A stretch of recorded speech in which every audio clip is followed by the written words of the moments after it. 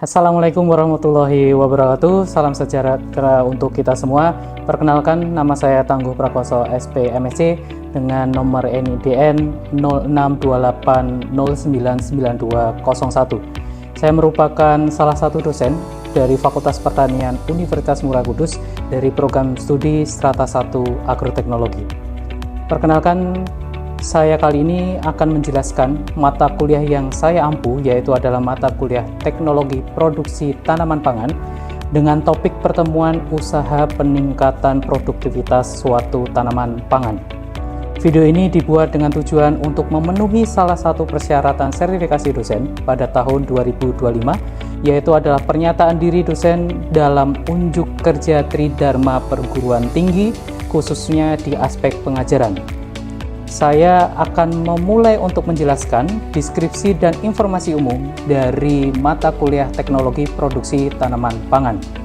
Mata kuliah ini memiliki kode kuliah yaitu adalah AGT 211 yang merupakan mata kuliah wajib bagi mahasiswa semester 4 pada program studi Strata 1 Agroteknologi Fakultas Pertanian Universitas Muara Kudus. Mata kuliah Teknologi Produksi Tanaman Pangan ini memiliki bobot SKS sebesar 5 SKS dengan rincian 4 teori dan 1 SKS praktikum. Selama 1 semester ke depan, bahasa pengantar yang akan saya gunakan adalah bahasa Indonesia. Mata kuliah Teknologi Produksi Tanaman Pangan memiliki tujuan membekali mahasiswa agar mampu merencanakan dan menerapkan teknologi bercocok tanam tanaman pangan berdasarkan prinsip budidaya pertanian yang berkelanjutan. Adapun bahan kajian atau materi pembelajaran yang meliputi: pertama, pengantar teknologi produksi tanaman pangan; kedua, usaha peningkatan produktivitas tanaman pangan; ketiga, budidaya tanaman jagung dan pasca panennya; keempat, budidaya tanaman pangan padi dan pasca panennya; kelima, budidaya tanaman pangan kedelai dan pasca panennya; dan yang keenam adalah budidaya tanaman kopi dan pasca panennya. Capaian pembelajaran lulusan atau CPL program studi Strata 1 Agroteknologi yang dibebankan pada mata kuliah ini adalah: yang pertama, menunjukkan sikap bertanggung jawab atas pekerjaan di bidang keahliannya secara mandiri. Yang kedua, memahami konsep teoritis secara umum dan prinsip-prinsip pengelolaan organisme pengganggu tanaman secara terpadu. Dan yang ketiga, mampu merencanakan, merancang, melaksanakan, dan mengevaluasi produk tanaman pangan dengan teknologi yang terkini serta ramah lingkungan. Yang berikutnya, mampu menerapkan ilmu agronomi, pemulihan tanaman, perlindungan tanaman, ilmu tanah, dan sosial ekonomi pertanian, serta prinsip rekayasa produksi tanaman yang berorientasi efektivitas, efisiensi, dan kualitas. Yang berikutnya, mampu memanfaatkan teknologi informasi dan komunikasi untuk meningkatkan efektivitas serta efisiensi dalam perencanaan produksi tanaman pangan.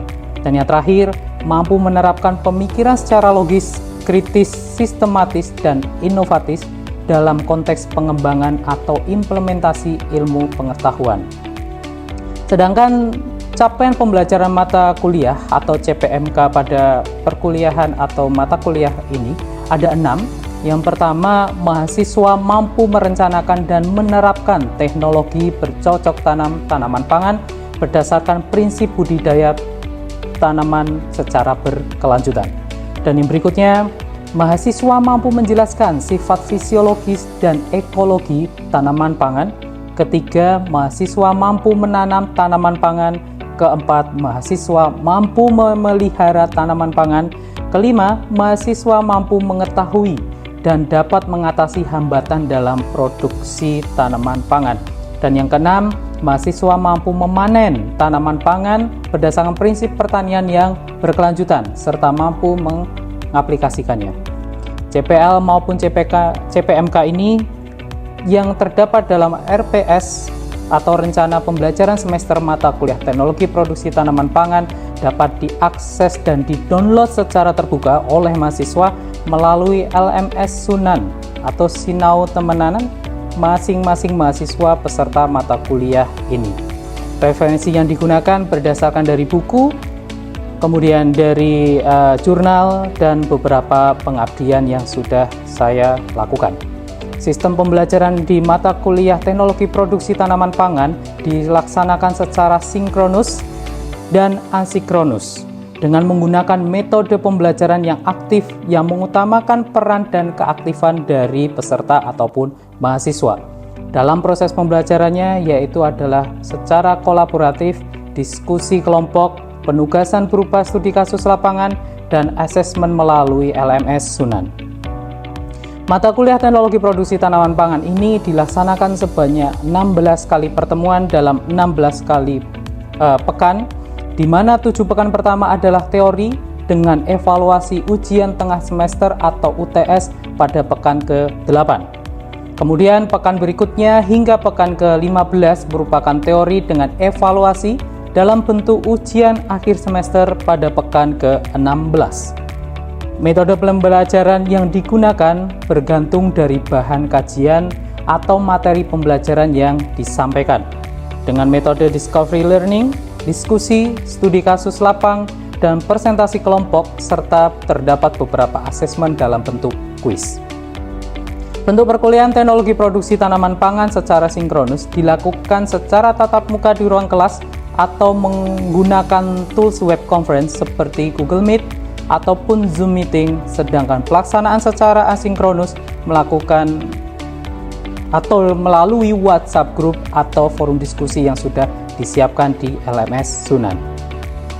Pemberian penugasan secara mandiri maupun kelompok akan dilakukan atau diinformasikan melalui LMS Sunan dan pengumpulannya disertakan juga di LMS tersebut.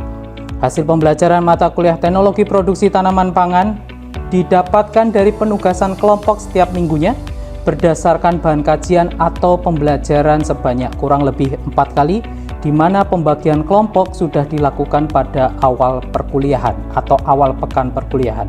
Aspek penilaiannya didasarkan dari rubrik komunikasi lisan dan tertulis yang ada di dalamnya, memuat bahasa, kerapian, isi dan organisasi. Kemudian UTS maupun UAS dilakukan menggunakan evaluasi secara tertulis. Bentuk evaluasi hasil pembelajaran dihitung didasarkan dari beberapa bobot penilaian. Yang pertama, kehadiran perkuliahan sebanyak 10%, penugasan baik secara individu maupun kelompok sebanyak 20%, praktikum sebanyak 20%, UTS 25%, dan ujian akhir semester sebanyak 25%. Dengan total bobot hasil evaluasi pembelajaran yaitu adalah 100%. Demikian informasi yang bisa saya sampaikan mengenai mata kuliah Teknologi Produksi Tanaman Pangan untuk mahasiswa program studi Strata 1 Agroteknologi Fakultas Pertanian Universitas Muria Kudus. Berikutnya merupakan cuplikan dari proses pembelajaran yang saya laksanakan secara sinkronus tatap muka di ruang kelas, dan selamat menyaksikan. Assalamualaikum warahmatullahi wabarakatuh. Oke, sebelum kita mulai perkuliahan pada pagi hari yang indah ini, alangkah baiknya kita mulai dengan berdoa terlebih dahulu. Berdoa sesuai dengan kepercayaan dan keyakinan masing-masing. Berdoa silahkan. Berdoa selesai? Ya, bagaimana kabarnya rekan-rekanku semuanya? Baik ya. Ya, selamat bertemu kembali ya di pertemuan kedua, khususnya adalah mata kuliah Teknologi Produksi Tanaman Pangan ya. Oke, pada kesempatan kali ini kita akan membahas terkait bagaimana caranya atau usaha peningkatan suatu produksi tanaman pangan. Nah, untuk pertemuan kali ini kita memiliki beberapa tujuan yang harus kalian dapatkan. Yang pertama, konsep.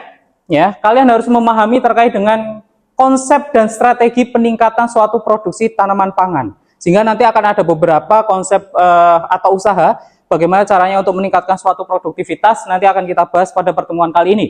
Kemudian yang berikutnya tidak hanya memahami tentang konsep saja, tetapi juga kita akan memahami bagaimana caranya suatu kegiatan pertanian yang berkelanjutan, sehingga tidak hanya kita mengejar yang namanya produktivitas saja, tetapi bagaimana caranya untuk menyeimbangkan ya terkait dengan lingkungan yang nantinya kita akan perhatikan juga.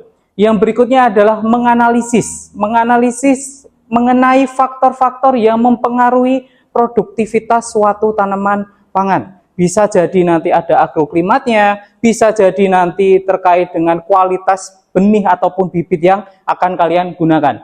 Dan yang terakhir adalah kalian nanti harapannya adalah mampu merancang suatu usaha atau kegiatan pertanian untuk meningkatkan suatu produksi komoditas yang nantinya akan kalian budidayakan.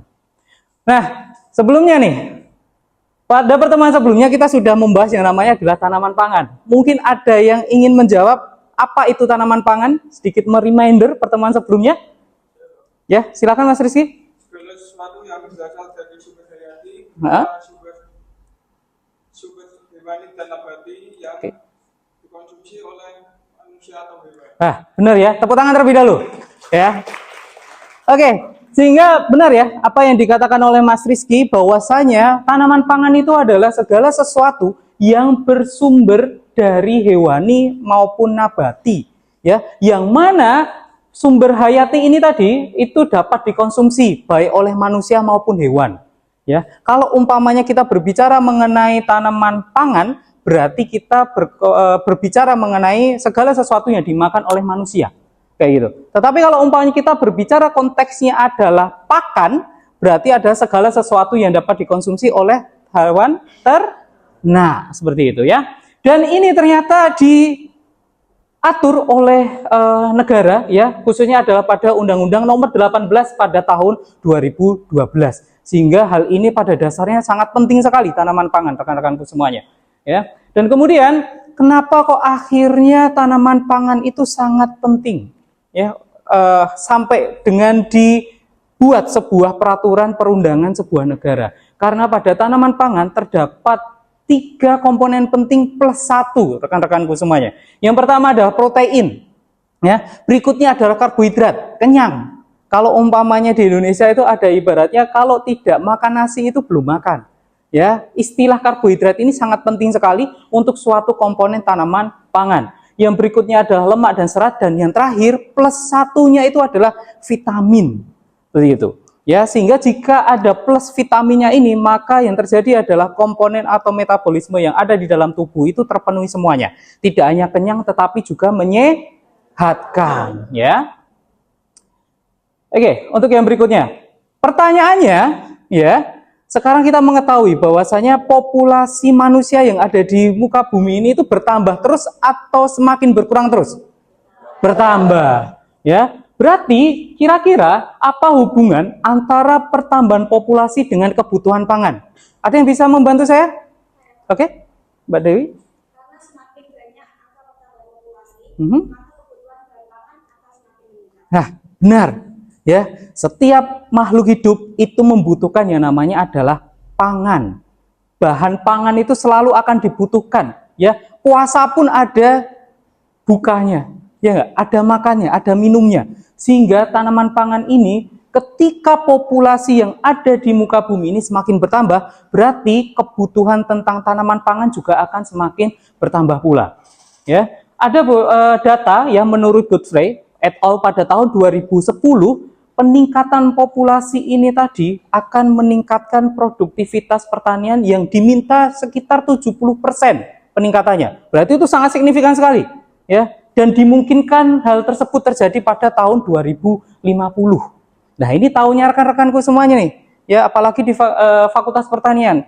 Sehingga karena hal inilah hal yang perlu dijawab oleh seorang mahasiswa pertanian, itu adalah bagaimana caranya menemukan sebuah inovasi teknologi dalam peningkatan produktivitas tanaman pangan sehingga mencapai target tersebut.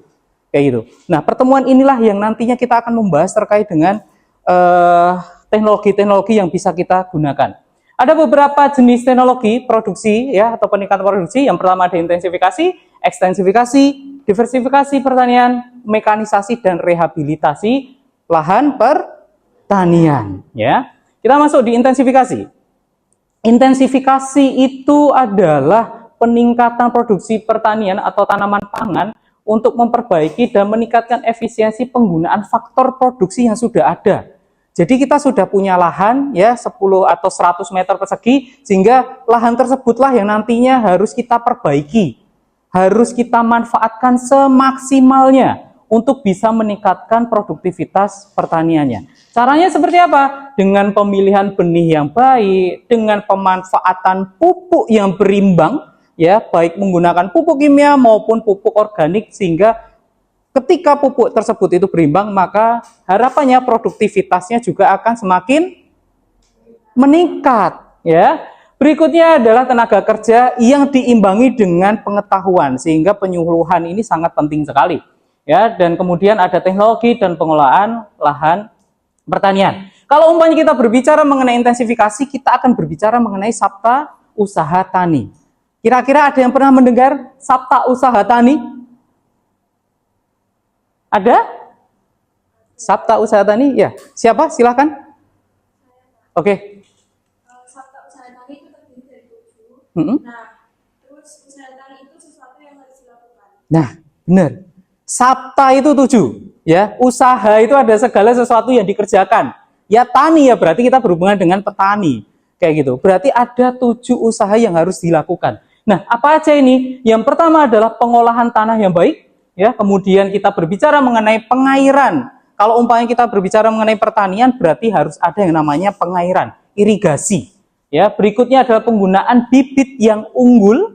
Ya, berikutnya juga akan ada yang namanya adalah melakukan pemupukan, pengendalian hama dan penyakit secara terpadu. Ya, karena kita sekarang tidak hanya seperti yang saya bicarakan di awal tadi, kita tidak hanya mencari produktivitas yang tinggi, tetapi juga yang berkelanjutannya. Ya, sehingga pengendalian hama dan penyakit itu perlu dikendalikan, bukan diberantas. Seperti itu ya, karena semua makhluk hidup punya haknya. Ya, kita sudah tahu bagaimana atau fungsi dari tanaman pangan adalah segala sesuatu yang dimakan oleh tidak hanya manusia, tetapi juga hewan juga.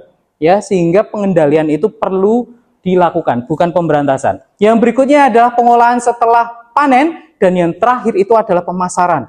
7 ini merupakan segala sesuatu yang harus dijawab oleh rekan-rekan pertanian semuanya.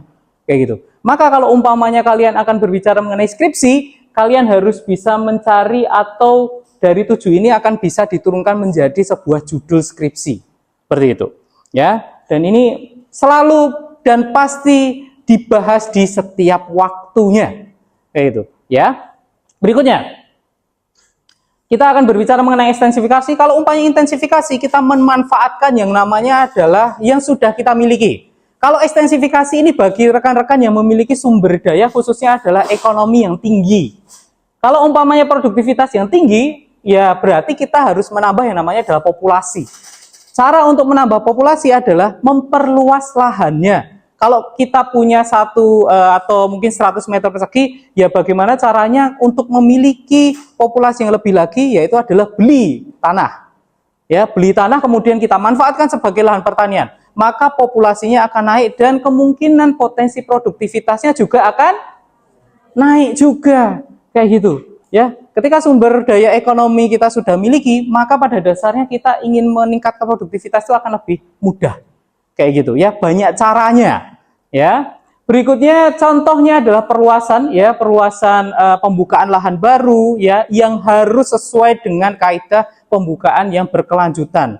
Bukan dengan dibakar ya, bukan dengan eksploitasi lahan ya, tetapi ada suatu ketentuan-ketentuan khusus yang nantinya akan kita bahas di pertemuan yang berikutnya. Seperti itu ya. Berikutnya ada reklamasi. Wah, ini sudah sering mendengar ya, reklamasi adalah ketika ada suatu pantai ya, danau ataupun lain sebagainya, kemudian kita tutup ya buat sebuah daratan kayak gitu. Nah, ini efeknya pada dasarnya akan lebih merusak pada dasarnya. Ya. Berikutnya adalah optimalisasi ya, di mana yang sebenarnya lahan ini merupakan lahan tidur ya, tidak hanya manusia saja yang tidur ya, lahan itu juga tidur kalau tidak dimanfaatkan ya, atau biasa kita sebut dengan lahan marginal kayak gitu ya, sehingga kita harus perhatikan di mana lahan marginal tersebut menjadi suatu lahan yang lebih produktif lagi ya. Kemudian yang berikutnya ada diversifikasi pangan. Diversifikasi pangan itu adalah upaya pemanfaatan beberapa jenis varietas atau komoditas suatu tanaman pangan. Tujuannya itu menghindari ketergantungan. Kayak gitu. Bahaya ini ya kalau umpamanya sampai ketergantungan. Kayak gitu. Oke, mungkin sampai sini ada yang mau ditanyakan terlebih dahulu? Oke, silakan.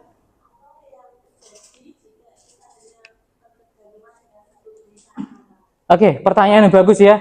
Bagaimana kalau umpamanya suatu saat kita hanya tergantung pada satu jenis tanaman saja? Yang berbahaya dari ketergantungan itu adalah kelangkaan. Kayak gitu.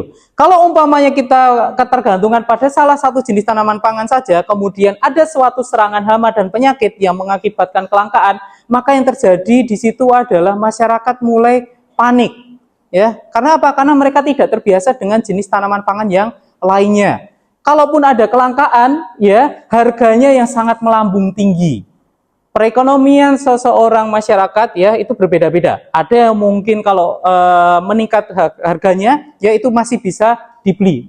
Tetapi tidak semuanya, ya. Maka yang terjadi adalah suatu kepanikan yang ada di masyarakat. Karena sekali lagi tanaman pangan itu sangat penting sekali, ya. Oke, kita lanjut ya. Untuk yang berikutnya adalah mekanisasi pertanian. Kira-kira mekanisasi pertanian itu kita akan berbicara mengenai mesin, ya. Mekanisasi itu udah pasti mesin, ya. Dimana nanti pada tujuannya mekanisasi pertanian ini adalah meningkatkan efisiensi kegiatan pertanian, ya, untuk meningkatkan produktivitas, untuk meningkatkan yang namanya adalah kualitas dari panennya, ya. Kalau umpamanya satu orang memanen dengan luasan 1 hektar, waduh, nah itu sangat melelahkan sekali ya. Tetapi kalau umpamanya satu orang dengan alat bantunya adalah traktor, ya, itu akan lebih mempermudah dibandingkan dengan kekuatan manusia saja secara manual seperti itu. Ya, mekanisasi. Kira-kira nih, rekan-rekan, kalau umpamanya terkait dengan mekanisasi, ya, tidak hanya mengenai efisiensi, tetapi ada sesuatu hal yang perlu diperhatikan dalam mekanisasi, ya, yaitu adalah sesuai dengan spesifik lokasi. Tidak semua mekanisasi bisa kita berikan di suatu tempat, ya. Tempat di daerah Kudus akan berbeda mekanisasinya untuk di daerah Sumatera ataupun lain sebagainya, seperti itu, ya. Oke, kita lanjut ya. Nah, ada sebuah keuntungan dan kelemahan, ya, dimana kalau umpamanya keuntungan efisiensi tadi bisa meningkatkan 50%, ya, menurut penelitian dari Smith et al. Pada tahun 2022. Tetapi ada kelemahannya. Ketika mekanisasi masuk, maka pekerja, ya, tenaga manusia akan semakin menurun juga dimanfaatkannya. Dan ini akan berimbas pada banyaknya PHK ataupun masyarakat yang tidak memiliki pekerjaan. Nah, ini merupakan dua mata pedang yang memang harus kita perhatikan, ya. Oke, ada pertanyaan? Ya, silakan. Oke, pertanyaannya bagus Mbak Zabrina. Mekanisasi yang baik itu ada sekali lagi sesuai dengan kebutuhan dan spesifik lokasi. Kayak gitu. Kalau umpamanya memang di situ ada suatu teknologi yang baru, berarti harus diimbangi dengan penyuluhan tentang teknologi tersebut. Seperti itu. Ya, kalau umpamanya tidak ada penyuluhan ataupun tidak sesuai dengan spesifik kondisi ataupun lokasi, maka yang terjadi adalah mekanisasi tersebut tidak termanfaatkan, sama saja, ya. Ada istilah man behind gun, ya. Kalau umpamanya orang tersebut tidak bisa memanfaatkan mekanisasinya, maka yang terjadi adalah ya hanya sekedar barang saja, dia tidak akan meningkatkan efisiensi, seperti itu, ya. Oke, untuk yang berikutnya adalah rehabilitasi pertanian. Rehabilitasi pertanian itu mirip dengan intensifikasi. Kita memanfaatkan sudah ada, ya, yang semula lahan tersebut tidur, yang semula lahan tersebut itu minim unsur hara, kita perbaiki. Nah, bagaimana caranya memperbaiki? Ya, kita nanti akan ada penugasan, ya, ataupun pertemuan yang nanti khusus membahas mengenai bagaimana caranya memperbaiki suatu lahan yang memang marginal, sesuatu lahan yang harus sesuai dengan yang namanya adalah syarat tumbuh. Ya, syarat tumbuh itu membuat rumah bagi si tanaman agar nyaman. Kayak gitu, ya. Oke, itu ya rekan-rekan, ini daftar pustaka pertemuan kedua yang nantinya rekan-rekan bisa baca, ya, dan bisa dalami lagi. Jika memang ada nanti yang ingin ditanyakan, bisa kalian tanyakan melalui Sunan, ya. Saya sudah membuat forum diskusi yang ada di situ, bisa kalian tanyakan, atau bisa melalui grup WhatsApp yang sudah tersedia. Sudah masuk pada grup WhatsApp semuanya? Sudah, ya, dan itu wajib ya teman-temannya. Semua informasi akan saya berikan di situ dan juga di Sunan, ya. Nah, sekali lagi ya, seperti biasa ya rekan-rekanku semuanya, teknologi produksi tanaman pangan Ya, kalau umpamanya cuma teori saja itu fana ya, teman-teman ya. Sehingga akan ada penugasan ya. Yang pertama nanti kalian akan mencari sebuah data kebiasaan pengolahan lahan yang dilakukan oleh petani yang ada di sekitar rumah kalian. Ya, khususnya ada daerah Kudus. Ya. Kemudian data yang didapatkan kalian akan menggunakan instrumen kuesioner yang sudah saya upload juga di LMS Sunan. Ya, bisa kalian pelajari. Dan ini bersifat kelompok, sesuai dengan kelompok yang sudah kita buat di pertemuan awal teknologi produksi tanaman pangan. Ya, sehingga nanti setelah ini kalian bisa diskusikan sesuai dengan kelompok kalian, kemudian membuat sebuah kesimpulan berdasarkan data yang didapatkan dalam bentuk PowerPoint. Sehingga kalau umpamanya bentuk PowerPoint berarti harus kalian presentasikan, ya, semenarik mungkin. Ya, jangan kalah dengan PowerPoint dari pengajarnya ya, harus lebih meriah lagi. Oke, dan kemudian nantinya akan menjadi aspek penilaian penugasan, kayak gitu. Mungkin itu, kemudian mungkin ada volunteer ya untuk yang menyampaikan kesimpulan pertemuan pada hari ini. Ada?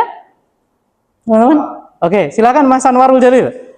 Jadi untuk pertemuan kali ini membahas tentang apa itu tanaman pangan dan bagaimana cara meningkatkan produksi tanaman pangan. Itu yang pertama, ini tanaman pangan itu adalah segala sesuatu yang dikonsumsi oleh manusia dan juga manusia juga dikonsumsi oleh hewan. Jadi tanaman pangan. Kemudian beberapa hal yang bisa digunakan untuk meningkatkan produksi tanaman pangan. Yang pertama adalah intensifikasi, di mana itu menggunakan apa yang sudah ada, apa yang sudah kita miliki. Kemudian yang kedua dengan cara ekstensifikasi, yaitu memanfaatkan lahan yang seperti kata Bapak tadi, yang apa, lahan marginal atau apa tadi, pemanfaatan lahan.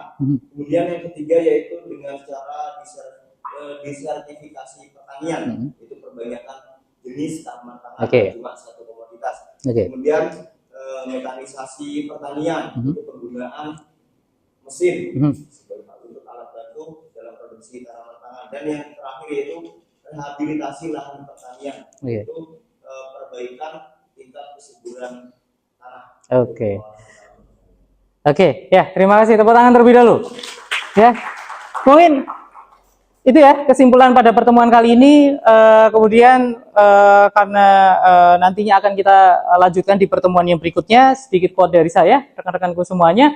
Ingat, ada sebuah cerita panjang dari tanaman pangan sebelum tersaji pada sebuah sup hangat dalam mangkuk kita. Itu saja, terima kasih. Bila taufik wal hidayah. Assalamualaikum warahmatullahi wabarakatuh. Demikian deskripsi secara singkat serta cuplikan proses pembelajaran dari mata kuliah teknologi produksi tanaman pangan yang saya ampu. Semoga dapat memberikan gambaran mengenai kinerja pengajaran yang saya lakukan, khususnya di mata kuliah tersebut pada program studi Strata 1 Agroteknologi Fakultas Pertanian Universitas Muria Kudus. Saya mengucapkan terima kasih kepada seluruh tim penilai dan tim panitia sertifikasi dosen tahun 2025, khususnya dari Kementerian Pendidikan Tinggi Sains dan Teknologi Indonesia. Tidak lupa juga saya mengucapkan terima kasih kepada Universitas Muria Kudus Fakultas Pertanian, rekan sejawat dosen, dan rekan-rekan mahasiswa. Demikian yang dapat saya sampaikan. Atas semua kekurangan dari saya mohon maaf sebesar-besarnya. Bila taufik wal hidayah. Wassalamualaikum warahmatullahi wabarakatuh.